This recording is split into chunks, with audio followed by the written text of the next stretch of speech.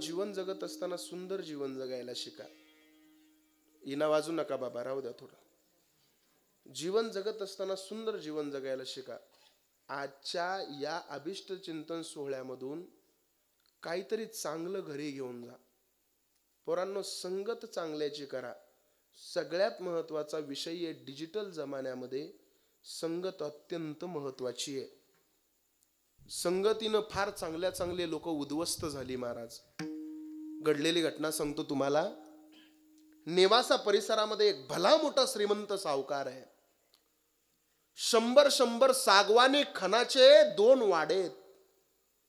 100 खणाचा एक वाडा आहे. 3 आकडी सातबारा आहे त्या सावकाराचा. 150 एकर जमीन आहे. 200-300 गाया, 400-500 म्हशी आहेत. हाताखाली गडी आहेत, नौकर आहेत, चाकर आहेत, सगळं काही चांगलं आहे. एवढंच नाही, सावकार इतका प्रामाणिक आणि इतका सुंदर विचाराचा होता. गावातला एखादा माणूस जर सावकाराकडं त्याच्या मुलीच्या लग्नासाठी काही पैसे मागायला गेले तर सावकार म्हणायचा, माझ्या दारात मंडप टाक, तुझ्या मुलीचं कन्यादान मी करतो, लग्न मी लावून देतो. असे गावातले 34 लग्न त्या सावकाराला लावून दिले होते. कोण्या किराणा दुकानदाराचं जर एखाद्याला दुकान टाकायचं असेल तर सावकाराकडे जायचा, सावकार थोडे पैसे कमी पडतायत द्या ना, सावकारांना लगेच पैसे देऊन टाकायचे. एवढा मोठा श्रीमंत सावकार होता तो. परंतु सावकाराची संगत चुकली पोरांनो. सावकार वाईट संगतीला लागला आणि वाईट ज्याच्या सोबत संगतीला लागला त्या संगतीच्या लोकांनी सावकाराला दारू पाजायला सुरू केली. आणि बघता बघता सावकार दारू प्यायला लागला. पोरांनो, जपा बरं, आपली संगत जपा. आईवडिलाला विनंती आहे, बघा तुमच्या पोरांना. तुमचं पोरग शाळेमध्ये जाताना गुटखा तर नाही ना खात, तुमचं पोरग शाळेत जाता जाता सिगारेट तर नाही ना वडत, तुमचं पोरग शाळेत जाता जाता कोण्या एखाद्या मुलीकडे वाईट नजरेनं तर नाही ना बघत. सांभाळा, संगत बघा पोरांची. ऐका लक्ष देऊन. सावकार दारू पिऊन मद्यधुंद झाला. बघता बघता प्रचंड दारू प्यायला लागला आणि दारू पेता पेता सावकार जुगाराच्या डावावर बसायला लागला, जुगार खेळायला लागला. सावकार जर गावातून चालला दारू पिऊन तर 4-5 चांगले पोरं त्या सावकाराच्या मागे असायचे, ते पण दारू पिलेले. सावकार दारू पिताना एकटा बसत नव्हता, सोबत टेबलला 10 जण घेऊन बसायचा. आणि सावकार जुगाराच्या डावावर बसायला लागला. हळूहळू सावकार जुगार खेळायला लागला. जुगार खेळता खेळता 5 लाख, 10 लाख, 25 लाख, 30 लाख सावकाराचे प्रचंड पैसे निघून गेले आणि सावकाराचा पैसा संपून गेला. मंडळी, जे पोरं सावकाराच्या तुकड्यावर जगत होते आजपर्यंत, ते पोरं सावकाराला म्हणायला लागले, ए पैसे नसतील तर उठ डावावरचा, लायकी नसणाऱ्या माणसांना डावावर बसायचं नसतं. हिथं लागलं सावकाराच्या महाराज. अरे माझ्या जीवावर, माझ्या तुकड्यावर पळणार आहे तुम्ही, आजपर्यंत माझ्या तुकड्यावर जगलात आणि मला म्हणता लायकी नाही. 150 एकर जमीन आहे पठ्ठ्याला, विसरू नका. आणि दारू मध्ये मद्यधुंद असणाऱ्या सावकारानं जमीन डावावर लावायला सुरुवात केली. पोरांनो, 1 एकर, 5 एकर, 10 एकर, 20, 25, 30, 80, 90, 100, 150 एकर जमीन संपून गेली जुगारात. 100 खणाचे सागवानी वाडे हरून गेला जुगारात. सावकाराचं वय वर्ष होतं 40. संपूर्ण काही निघून गेल्याच्या नंतर सावकाराला मनस्ताप झाला. सावकार अजून नशा करायला लागला. नशेनं संपूर्ण शरीर सडून गेलं, लिव्हर खराब झालं आणि एक दिवस सावकाराची मौत झाली. ज्या सावकारानं आजपर्यंत गावाला सांभाळलं होतं, मौत त्याची ज्या दिवशी झाली त्या दिवशी सावकाराकडे 1 रुपया नव्हता. त्याच गावानं त्या सावकाराच्या उपकाराची परतफेड म्हणून सगळ्यांना 10-10, 20-20 रुपये गोळा केले आणि सावकाराच्या अंतविधी गावाच्या वर्गणीच्या माध्यमातून झाला.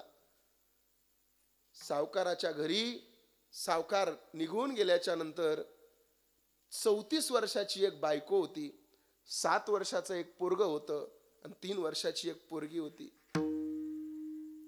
सगळं काही निघून गेलं होतं, वाडे गेले होते, बंगला गेला होता, गाई म्हशी सगळं काही नोकर चाकर निघून गेले होते. 150 एकर जमीन सुपडा साफ झाली होती आणि राहिलं होतं त्याच्या बायकोला फक्त एक सपर 10 बाय 10च. त्या सपराला एक दगड लावलेला होता, एक ताटी लावलेली होती, पत्रा फाटलेला पत्रा तो दरवाजा म्हणून लावलेला होता.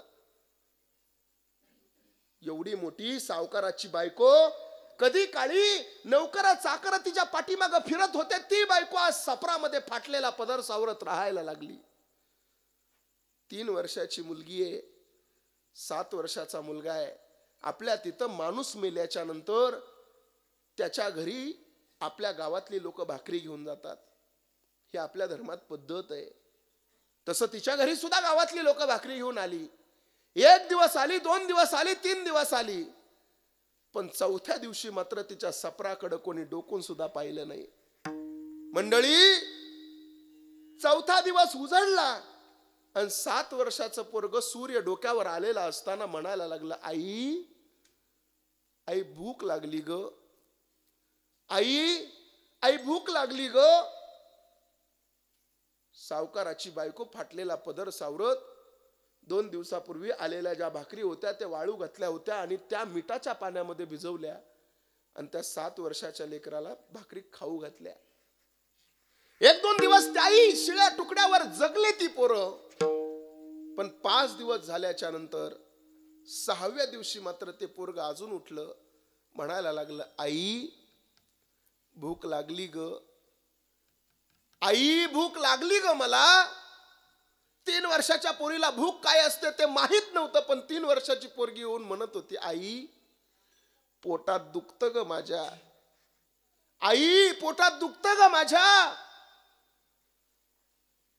त्यावेळेस आईनं सांगितलं, थांबा पोरांनो, गावामध्ये जाऊन काहीतरी घेऊन येते तुम्हाला.